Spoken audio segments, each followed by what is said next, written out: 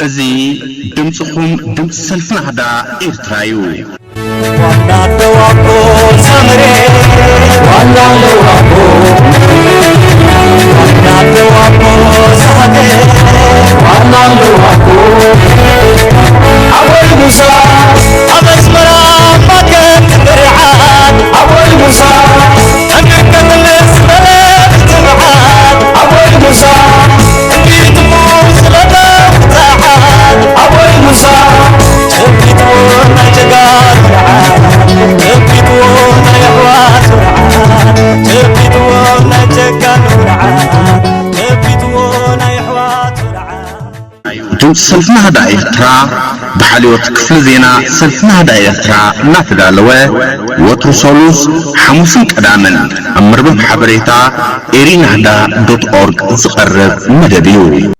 عزوز سلام تانان سناي منيتاتنا نبصحكم زخبركم سماعتي فنو راديو دمصكم دمص وصعات إرتراويان دمص سلفنا هذا إرترا لومي سولوس 18 سنة كلتشحن 10 تنيو نايلمو فنونا قدم نا بوليتيكاو سلطان دحر نصورن قنعن بوليتيكاو بروغرام بزبلا رستي زي تدالو صحف دحر مفلامو تسعيبو كلاي كفال سماو منغست هدف بزي مات بحيل حسب تسعيرو يزبل تحستونا كنكتات لكمينا زي خبركم سمعتنا ناوترو مكتتالكم نامسكنا مدباتنا اختكاتلو دقيمنا بأخبرتنا عدمنا نفلام تحستونا نساقاقركم أزي دمسكم دمس سلفنا هذا إرترايو قدم نا بوليتيكاو سلطان دحر نصورن قنعن بوليتيكاو بروغرام بوليتيكاو ديمقراسي بزعبا خمي تفرن تكفافلن كمي تنبرن تنبابرن كمي تدانن تمحدرن زمهر سنفلتاو حق امبر قالت تبلغتي طقم فليطاويان كومون انتس برعدي ወይ بقولت አወንታው ልቦናው አተሐሳስባ ብዶም ዝለመሱ ድኹማት ሰባት ከም ዝብልዎ ሓሶት ኣይኮነን ፖለቲካው ዲሞክራሲ ሱስዓት ካሕትን ዓመጽትን ጥራሕ ተወዲቦም ዝዋስኡሉ ዝውስኑሉ ዝጥቀሙሉ ንመሰል ብዙሓት ክዕፍን ክጭፍልቕ ዝተማህዘ ዓውዲ ይኮነን ሰብ ኮንካ መሰረታው ናይ ምንባር ጠለባት መሊስካ ብመስተሮት ክትነብር እናሓለምካ ኣይደልን ይርሓቐለይ ኣይተሪኡኒ ተስምዑን ኢልካ ካብ ነብስኻ ርሒቕካ ክትጉሕፎ እትኽእል እውን ኣይኮነን ፖለቲካዊ ዲሞክራሲ ፍጹም እዩ ጉድለት የብሉን እኳ እንተዘይተባህለ ምስ ክህልዎ ዝኽእል ጉድለታት ምስ ምዕባለ ሕብረተሰብ ደረጃ ብደረጃ እናተማሓየሸ ዝመፅን ንቅድሚት ዝቕፅልን መወዳድርቲ ዘይተረኽበሉ ዓይነት ህዝባዊ ምሕደራ እዩ ዲሞክራሲያዊ ኣተሓሳስባን ዲሞክራሲያዊ ትካላትን ብግቡእ ኣብ ዝሰርሓሉ ዝሓሸ ናይ ሓድነት መንፈስ ኣሎ ዝሓሸ ህዝባዊ ሃገራዊ ሰላም ኣሎ ዝሓሸ ምትእምማን ኣሎ ዝሓሸ ቁጠባዊ ዕብየትን ሓባራዊ ተጠቃምነትን ዕድላትን ኣሎ ዝሓሸ ኣኽብሮት ንልዕልና ሓሳብን ንልዕልና ግዝኣተ ሕግን እውን ኣሎ ንቑሕ ዲሞክራሲያዊ ኣተሓሳስባን ንጹር ህዝባዊ ዝኾነ ዲሞክራሲያዊ ትካላትን ብሓሳብ ኮነ ብተግባር ኣብ ዝበኸሩሉ ግን ከም ህዝብን ሃገርን ዝሓሸ ምርካብ ዝበሃል ነገር ኣይሕሰብን ውሕስነት ዘለዎ ዝሓሸ ህይወት ክትመርሕ ዘይኮነ እቲ ዝነበረት ስእነሉ ካብ ዝበረኸ ናብ ዝተሓተ ደረጃ ዕብየት እተንከራርወሉ ውሽጣዊ ሓድነት ዝዝረገሉ ተስፋ ምቑራፅን ጽልምትምትን ዝነግሰሉ ኣንፈትካ ተጥፋኣሉ ኣብ ሓደጋ ተኣትወሉን ሓላፍነት ዝስምዖ ዳኛ ዘይርከበሉ ሃዋህውን ዝፈጥር እዩ ነዚ ሓቂ ዶ ሓሶት ንምምዛን ከም ህዝብን ሃገርን ምስ ሓቀኛ ህዝባዊ ዲሞክራሲያዊ ኣረኣያን ህዝባዊ ዲሞክራሲያዊ ትካላትን ዘለና ቅርበትን ርሕቀትን ብምንፅፃር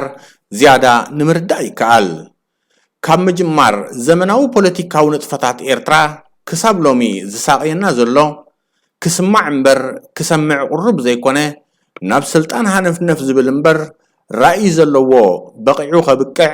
ሰሪሑ ከስርሕ ቁርብ ዘይኮነ ድሑር ኣተሓሳስባ ብፖለቲካዊ ብስለት بحلافنت بفتحونت بدرباوي وجناونت بجلوسنت بزي نحفنت كمون بزي حلالنت كنبهال نايزي مخالنا بروح مجلس مخانو بجبو مردا أجداسيو أب ديمقراسيا وتكالاو أسرارحن تخرتك كنمجبر كدمي مراخ مسكب زعينتو ناي سلطان بوتا ممعداو بسلطان مقروقاس ፍጹም ናይ ጥዑይ ምዕቡላት ተሓሳስባ ዘለዎ ሕብረተሰብ ምልክት ኣይኮነን ድሕሪት ተመሊስና ኩሎም ንገብሮም ምትእኻባት ምስ ንግምግሞም ሕጂ ማለት ኣብዚ መድረኽ እዚ ኣንጻር ምልኪ ንዲሞክራስያዊ ለውጢ ዝግበሩ ዘለዉ ንጥፈታት እንታይ ይመስሉ ምስ ንርኢ ኣብ ናይ ድሕረት ፖለቲካዊ ጭቃ ኣትዮም ዘሰክፉ እምበር ዘነዩቱ ይኮኑን። ብንቕሓት ብሓላፍነት ነፍሲ ወከፍና ጻብዕትና ናብ ካልእ ቅድመ ምምልካትና ባዕልና ብባዕልና ነብስና እንትንፍትሽ ምስ ጉጉይ ዝንቡዕ ኣረኣያና እንትንዕረቕ እንታየ ዝብል ዘለኹ እንታይና ንብል ዘለና ምበልናን ምተገረምናን ቅድሚ መምርሒና እንታይ ይመስል ህዝባዊ ድዩ ኣይኮነን ይጠቕመና ድዩ ኣይጠቕመናን ብሓባር የስራሐናን የምብረናን ድዩ ወይስ መሊሱ ዘናኽሰና ናይ ሓፂር ድዩ ናይ ነዊሕ ዝጠመተ ጽገናዊ ለውጢ ዝጠልብ ድዩ ወይስ መሰረታዊ ናይ ኣረኣያ ኣሰራርሓ ለውጢ ወዘተ ምፍታሽን ምግምጋምን ምርገፂኻ ምንጻርን ዘሊልካ ናብ ስልጣን ምምዕዳው ሩኡይ መግለጺ ፖለቲካዊ ድኽነት እዩ። ንስኻ ትደልዮ ሰብ ኣብ ስልጣን እንተመጺኡ ኩሉ ነገር ከም ዝተመለሰ ህዝቢ ካብ ጸገሙ ከም ዝተገላገለ ዝተበገስካሉ ዕላማ ኣብ ሸትኡ ከም ዝበጽሐ ውልቀ መላኺ ኢሳያስ ኣብ ኣዲስ ኣበባ ኢትዮጵያ ከም ዝገበሮ ኣፍ ልብኻ እናሃረምካ እፎይ ምባል ውጽኢቱ ብኣንጻሩ እንተኾይኑ ከዓ ምንጽርጻር ካብቲ ዘሎ ብዲሞክራስያዊ ኣረኣያ ዘይተገርሐ ዘይተመዓራረየን ዝተዛብዐ ኣራዳዳ ዝምንጩ ተሓሳስባ እዩ። እዚ ከምዚ ዓይነት ኣረኣያን ሃነፍነፍ ናብ ስልጣንን ድማ ምስ ግድምና ገድሊ ሰውራ ኤርትራን ኣብኡ ዝተመዝገበ ሃገራዊ ሓርበኛዊ ጅግንነት ኣይሳነን። ቡስላት ሰባት ብዛዕባ ኣብ ገዛእ ነብሶም ኮነ ኣብ ህዝቦም ዝተፈጸመን ዝፍጸም ዘሎን ፖለቲካዊ ጭቆናን ከመይ ይወገድ ኣመልኪቶም ክዘራረቡ እንከለዉ ዘልዕልዎ ሕቶ እንታይ ዓይነት ፖለቲካዊ ፕሮግራም ስትራቴጂ ፖሊስን ናይ ተግባር መምርሕን እዩ ዘድልየና ብኸመይ ኣገባብ ዝብል ረዚን ዛዕባ እዩ ዝለዓል። መብዛሕትኡ ኤርትራዊ ፖለቲካዊ መድረኻትን ምትእኻብን ቅርብ ኢልካ ምስ ትከታተል ትረኽቦ ሓቂ ካብ ዝቕንዑ ዛዕባ እዚ ኣዝዩ ዝተፈልየ እዩ። ቅድሚ ኣብ ኣኼባ ወይ ጉባኤ ምብጻሕኻ ፖለቲካዊ ስልጣን ብዘይቁኑዕ ኣገባብ ኣብ ኢድካ ንምእታው ዝግበር ምሽዃት እዩ። ወግዓዊ ኣኼባ ወይ ጉባኤ ከይተኸፍተ ተጎጃጅልካ ኣብ ናይ ስልጣን ምቕሎ ምእታው እንተዘይተራድኢኻ ነቲ ብዙሕ ዝተደኽመሉ ብዙሕ ወጻኢታት ዝተገብረሉ ፖለቲካዊ መድረኽ ምስ ውልቀ ዝናኻን ሃንቀውታኻን ናተኣሳሲርካ ንምጽላሙ ኢልካ እውን ንምብታኑ ምውፋር እዩ። እዚ ዘይዲሞክራስያዊ ኣተሓሳስባን ኣሰራርሓን እዚ ኣብ ነባራት ወይ ናይ ነዊሕ ናይ ቃልሲ ተመክሮ ኣለዎን ዝበሃላ ውድባትን ግንባራትን ይንጸባረቕ እዩ። ኣብ ሓደሽቲ ብፍላይ መንእሰያት ኣብ ዝበዝሕዎን ውድባትን ንጥፈታትን ተደጋጊሙ ይረአዩ። ኣብዚ ኣብ ትሕቲ ይኣክል ዝብል ጭርሖ ዝግበር ዘሎ ምትእኻብን ኣኼባታትን ብተመሳሳሊ ይርአ ኣሎ። እዚ ክህረም ኣለዎ። ስለምንታይ ካብ ንቡር ናይ ዓወትን ለውጥን ፖለቲካዊ ጎደና ወፃኢ ስለ ዝኾነ ብርግጽ ፖለቲካዊ ወፅዓ ዝጠንቁ ፖለቲካዊ ውዳበ ንፖለቲካዊ ስልጣን ይሰርሕ ነቲ ካብ ሕግን ህዝብን ወፃኢ ብሓይሊ ዝተታሕዘን ብራዕዲ ድማ ዝስራሓሉ ፖለቲካዊ ስልጣን መንዚዑ ሙሉእ ህዝቢ ብዘሳተፈ ነፃን ፍትሓውን ዲሞክራስያዊ ምርጫ ብምክያድ ብዝተረኽበ ኣብዝሃ ድምፂ መሰረት ሕጊ ንዘቐመጠልካ ናይ ግዜ ገደብ ከይተዳፋእካ ህዝቢ ምግልጋል እዩ። ይኹን ግን ፖለቲካዊ ስልጣን ብዘይ መሳርሒ ስለ ዘይሰርሕ ቅድሚ ናብ ስልጣን ምቅድዳም ፖለቲካዊ ፕሮግራም ስትራቴጂን ፖሊስን ክህልወካ ብትኹረት ምውሳእ ኣማራፂ ኣልቦ ስልጡን ኣገባብ እዩ። ስለዚ ከዓ ቅድድም ናብ ፖለቲካዊ ስልጣን ድሕሪ ንጹርን ቁኑዕን ፖለቲካዊ ፕሮግራም ይኹን። እዚ ድምፅኹም ድምፂ ሰልፊ ናህዳ ኤርትራ እዩ። ዋና ደዋቆ ሰምሬ ዋና ደዋቆ ሰሃቴ ዋና ደዋቆ أول موسى أمزمرا مكان برعاد أول موسى أمك الناس بلاد تبعاد أول موسى بيت موسى لدفتعاد أول موسى جبت ونا جقاد جبت ونا يحواس جبت ونا جقاد جبت ونا يحواس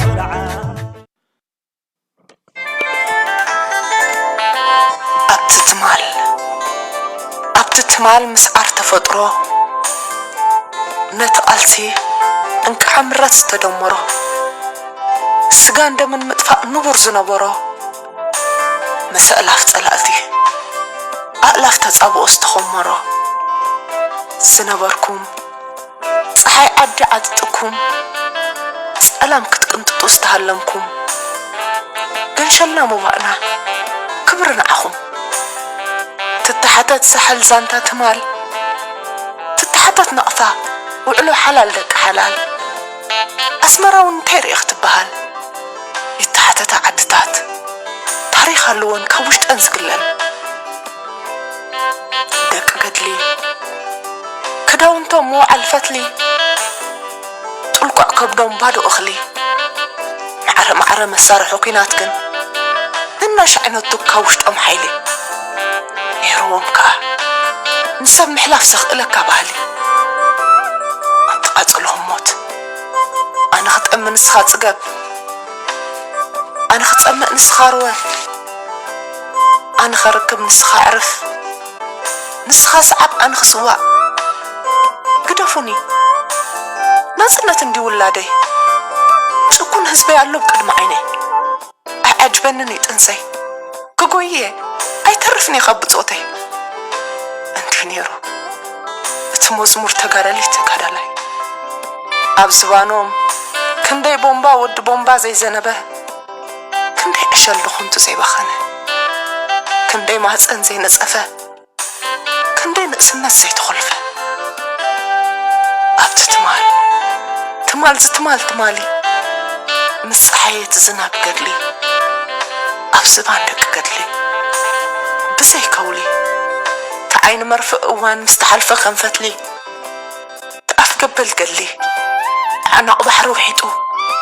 مسترغبو كبرلو البرهان مدري شو دمها بتتمال إذا قربات مال عد مستبعلة سودت استكال قزي بدم زي حدت اندقنا كتف براول كنكت قدازة إرترا مرورن فنك الكوحن زقدلا دليتان دقان عين عايزولا بس لا حلوفك حويلا نبقات حلوات كينا أتصلا اندقنا بعال كوتتي كورزونا سنت نقيلهم لا كتهلو نموت قداديهم لا كي تسوي تاريخ سحل أركي وزانتا أقرب مخل دمر مارك ألسي كيناتن تتصابقنا برأس رأسي صورة إرتراومو نموت فانتاسي أفتتمال زفاسسا عقن البودن زندد أكال استوحت أبولوزات دق حقر عندي حالي صونس مننت سفر ألبوز واق وخبرت رسنة تركم إرتراونت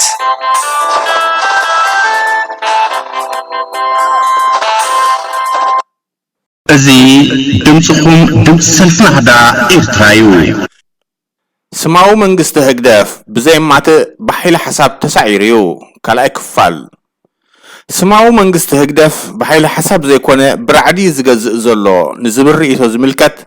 الزرئيتو زي ميزاناون قبولنيو بخمي جانداو ديتاو مريحنا تقدف ببهريو أبن كان هبان حساب بحساب مسعار سلطون بوليتيكاو أقباب زأمن ايكونن نسو زرئلو بوليتيكاو منتصر طلب حزبي يملس دو يملسن زي كونه حزبي ينبركخ دو ينبركخن كابزبل كورنا عايزنقل ابل اولاونتن وساننتن حزبي ميزاناو ريتو يبلون ابلعلنا غزاته حقي امنن ابلعل حزبتات ايرترا كم قحتو زغبر نغدا من كتمت تنبركخو اب تحت ملؤ محرت علماون زباون حيل ميزان زلوهم حيلتات زنبر صقعتنيا منغستاو غجليو كومو سلازخونه دمايو سماو منغستاو غجله تباهيلو زغلص زلو سماو منغست هقدف ناي كوينات امبر ناي سلام ጭሩح يبلون ابشر حنغور حنمبر اب غلصنت حغاو تحتاتنت حباراو تطقامنتن اي امنن اب بزح سراويتن اصوار كويناتن امبر اب لولاونت حزبن لعلنا غزات حقن امنت يبلون بناي كفافيلكا غزا صره حزب بوليسي حد متئمان زطفه مورالو زودغه بزعبا علتاو مغبوط راح زحسب عفوز تلغمه زتباهلو زسمعن زتكبرن برعدز تطقع حزب امبر بوليتيكاو نقحاتو زمعبله نسلمسلو زماغوت መንግስቲ ዘወርድን ዘደይብን ዝቆጻጸር ህዝቢ ክህሉ አይደልን ብኽልስ ሓሳብ ዘይኮነ ብተግባር ድማ አባይታ ዝሰርሓሉ ዘሎ ሓቂ ንስዩ ህግደፍ ንህዝቢ ዘእምን ዝጭበጥ ፖለቲካዊ ኾነ ሕጋዊ ትሕዝቶ ስለ ዘይብሉ ብፍጹም ጭካነ ኢሰብአዊ ባርባራዊ ራዕዲ ፈጢሩ ሃገር መራሕ ኣለኹ ዝብል ዘሎ ስለዚ ከዓ አምለኽቲ ስማዊ መንግስቲ ህግደፍ እምነትና ኢሎም ሒዞሞ ዘለው አረአያ ክኢልናዮ ኢሎም ከይተሰከፉ ኣብ መድረኻት ወፂኦም ዝጭርሑሉን ዝንድሩሉን ዝንየትሉን ዘለው መንከማና ከም መንግስትና ዝብልሉ ነዚ ናይ ራዕዲ ፖሊስ እዩ ነዚ ፋሽስታዊ ተግባር እዩ ናይ ራዕዲ ፖሊስን ፋሽስታዊ ተግባርን ንዘይፀረዩ ናይ ፖለቲካ ዝራብዓት ሰባት ብምስቃይ ብምቕታል ፍስሓ ወደስተኦም ዝርኢሉ ቁኑዕ መጻወት ሜዳ እዩ ንለባማትን ሓላፍነታውያን ወገናት ግን ከቢድ ጾር እዩ ክብደት ሻቅሎቱ ቀጻልነት ከም ህዝብን ሃገርን ኣብ ምልክት ሕቶ ዘእቱ ብምዃኑ እዩ እዞም ዕድሜኦም ሙሉእ መራሒና ኢሉ እምበር ናይ ገዛእ ርእሶም ፖለቲካዊ መንነት ዘይብሎም ግን ከዓ ዝያዳ ካልኦት ፖለቲካዊ ብስለት ሃገራዊ ሓልዮትን ሓላፍነትን ዘለዎም መሲሎም ዝቐርቡ ዘይፀረይ ናይ ፖለቲካ ዝራብዓት ብሓሳብን ብጉልበትን ጊሎት ኮይኖም ንኻልኦት ከገልግሉ ነፍሶም ዘእመኑ ስለ ዝኾኑ ዘሰክፎም ነገር የለን ብፖለቲካዊ ድኽነት ዝተጠቕዑ ናብ ተንቀሳቃሲ ማሽን ዝተቐየሩ ፍጡራት ስለ ዝኾኑ ሓይሊ ዓመፅ እንተነጊሱ ቀዳማይ ምርጫኦምን ውሕስነት ቀጻልነቶምን እዩ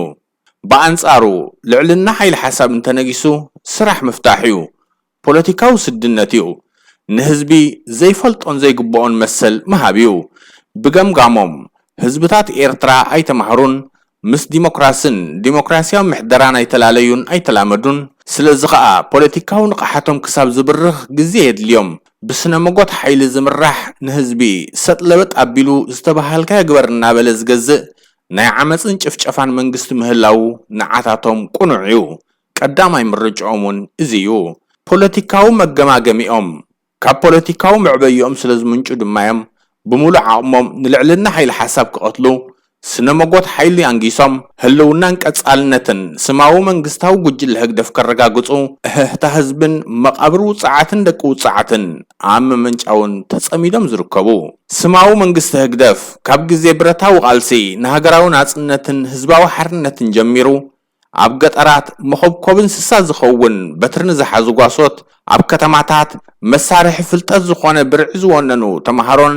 ብለይትን ብቐትርን ናይ ዓመፅ መሳርሒታቱ ብምልኣኽ ገፊፉ ይዕጥቕ ነይሩ ድሕሪ 1991 ብፍላይ ከዓ ምስ ፀረ ህዝቢ ኣዋጅ ሃገራዊ ኣገልግሎታት ተኣሳሲሩ ድማ እንሆ ብዝኸፍአ መልክዑ ይቕፅለሉ ኣሎ እዚ ስነ ሓሳብ ራዕዲ እምበር ልዕልና ሓይሊ ሓሳብ ኣይኮነን ንወለዲ ኣክንዲ ንዓቕሚ ሄዋንን ኣዳምን ዝበፅሑ ደቆም ደቆም ተሓተቲ ክገብር ክኣስር ጥሪቶም ክራሲ ክሓርድ ክሕርጅ 50,000 ናቕፋ ከኽፍል ብጉልበታዊ ዕዮ ክቐፅዕ ብበትሪ ክኽትክት እንከሎ ግዝኣተ ራዕዲ እምበር ሓቀኛ ምሕደራ ፖለቲካዊ ዲሞክራሲ ንምንጋስ ኣይኮነን እዚ ናይ ጥፍኣት ጉጅለ ካልእ ትረፍ ኣብቲ ንመሐለዊ ስልጣኑ ዝግልገለሉ ዘሎ ሓይልታት ምክልኻል እናበለ ዝፅውዖ ዝተፈላለየ ዕጡቕ ክፍልታት ኣብ ምትእማን ዝተሰረተ ልዕልና ሓይሊ ሓሳብ ኣይዘርአን ኣብ ኩሉ ግበር ኣይትግበር እዩ ኣብዛ ዓበይን ዝነኣሰን ዝጥቀመሉ ገባብ ዓመፅን ጎነፅን እዩ ራዕዲ እዩ ውትህድርና ካብ ኩሉ ዓውድታት ስራሕ ዝመረረን ዝኸበደን ህይወት ዝኽፈለሉ ዓውዲ እዩ ስማዊ መንግስቲ ጉጅለ ህግደፍ ግን ነዞም ህይወት ክኸፍሉ ኣብ ተዳሎ ዝርከቡ ዜጋታት ኣይኮነን ሓይሊ ሓሳብ ዝዋሕሱ ፖለቲካዊ ናጽነት ክህቦም ብዘይ ክፍሊት ጉልበቶም ይምዝምዞም ብህይወቶም ድማ ይነግድ ኣሎ ስለዚ ስማዊ መንግስቲ በኣስገዳድ ብራዕዲ ዝመርሕ ዘሎ ዝብል ሚዛን ኣብ ላዕቲ እዩ ዜጋታት ሰሪሖም ህይወቶም ከይመርሑ ብመደብ ምኽልካሉ ንስለ ሃገራዊ ናጽነትን ህዝባዊ ሓርነትን ህዝብን ክብሉ ፍርቂ ኣካሎም ቀቢሮም ንዝኣተው ጀጋኑ ውግኣት ሓርነት ማሕበራዊ ሕቶታት ብምሕታቶም ከም ጸላእቱ ቆፂሩ ዝጭፍጭፍ ከምኡ ብምግባሩ ድማ ዝጀሃር ስሩዕ ኣብያተ ትምህርቲ ናብ ወተሃደራዊ ካምቦታት ዝቕይር ስድራ ቤታት ክሪኡ ብፍቓድ ንዝንቀሳቐሱ ጉዱዳት ወተሃደራት ሰዓት ሕሊፍካ መዓልቲ ሕሊፍካ ኢሉ ህዝቢ ኣኪቡ ዝርሽን ኣጥሚዩ ኣድኪዩ ክገዝእ ወግሐ ፀበሐ ኩናትን ወረ ኩናትን ዝዝምር ፖለቲካዊ ሓይሊ ብርግጽ ስርዓት ራዕዲ እዩ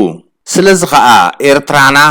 لومي بزي مات بسرعة رعديا تمرح زلا زبزحو هزبتات إيرترا هاقروم سلازخونتن تقديدو من انبر بمحدرا سماو منقست هقدف عقيبهم ينبرو خمزي اللو تقبارو اخول من رقاقت ايو بوليتيكاو حيلتات دك هزبن صر هزبن كوخونو زقبرم بوليتيكاوي بحريهم يو سماو منقست هقدف ازو خوينو زلو كخون ازو زقبرو زلو صر هزب فاششتاو تقبارات كفتسم زقدو دما درباوي بوليتيكاو تفطرو يو بسلام بفتوت بحيل حساب نهزب خمرحن كم محدرن بوليتيكاو تفطرو اي فقدلون بوليتيكاو تفطرو بعمصن رعدن كغزء طرحيو زفقدلو كومو دمايو زقبر زلو سلازي سماو منغست هقدف بحيل حساب زي كونه برعدي زغزء زلو زبرئيتو ابوتو الله ازغن زي قير هيكونن بهزباو قالس زغير كاب حيل هزبي وصع زي كونه قداي دمايو ازي دمصكم دمص سلفنا هدا إرترايو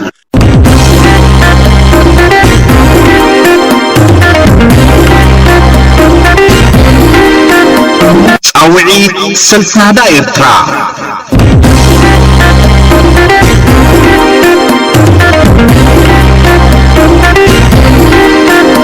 مقالة حرنت كماكل هزبنان حقرنان يدهينا اللو لمقالة حرنت ملاشنا نهبلون نقلنا نرغات سألون بسي حجيو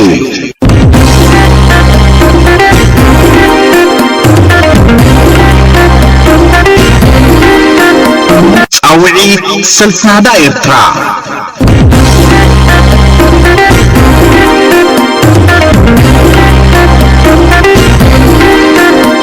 دلاي فتحن حرنتاتن مالت أبقون هزبنا مهلاونان بقبراو قاسي مثل فتحن حرنتاتن دلونتنا بمرققات مدحنن تسفان هزبنان حقرنان كم زخونا مرققاتيو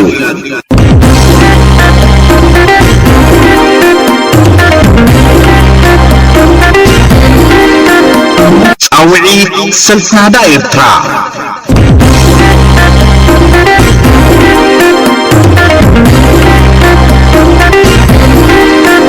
أفتحون متكلاون مسمر قالس هزبي سلفنا هدا إرترا عسيلنان توديبنان عبزلنا يون بخند زخالنا يون نحرنتنا نوفيلو جزي حجيو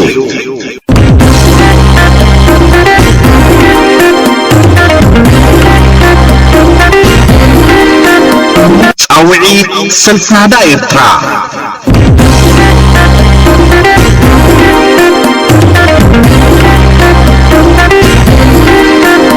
نحربنياتات قداياتن سدرابيتاتن سورة أخريا 31 تكمتي انرد علون قطباون محبراون شجراتهم انفتحالون علنا لكم نبللو جزي حجيو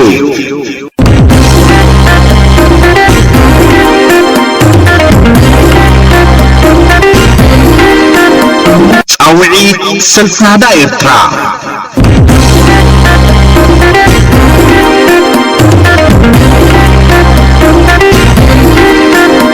قالسنا قالسيز بيو قالسنا قالسو تعاتن فتحون زخون المخنيات رد الرب وطعاتات مملاس مرققات موحاس كلهم سبعون بوليتيكاون مسلات متكال لعننا حقن فتحن معارنتاتن راح زي كونه قالسنا نمهلاون زي مهلاون بقديتاتات زي تسجدد قديتا بمخانيو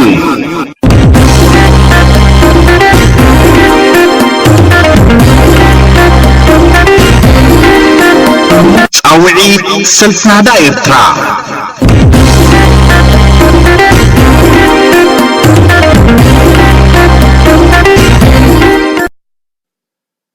زي خبركم سمعتنا نمكتتالكم عزينا نامسجنا نايلوم تحساتنا أبزازي من لنا سلام كنيات